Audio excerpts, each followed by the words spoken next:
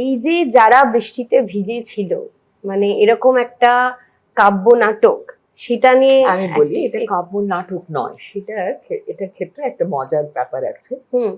এটা কিন্তু কাব্যে লেখা একটা গোটা উপন্যাস। এর খুব ভালো রকম করে ছন্দ ভাগ করা আছে,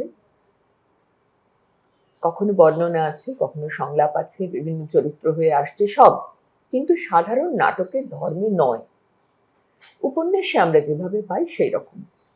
তো এই কাব্যে লেখা উপন্যাসটা গৌতম হালদার, যিনি অভিনেতা গৌতম হালদার আর কি, উনি প্রথম বলেছিলেন এটা করার কথা।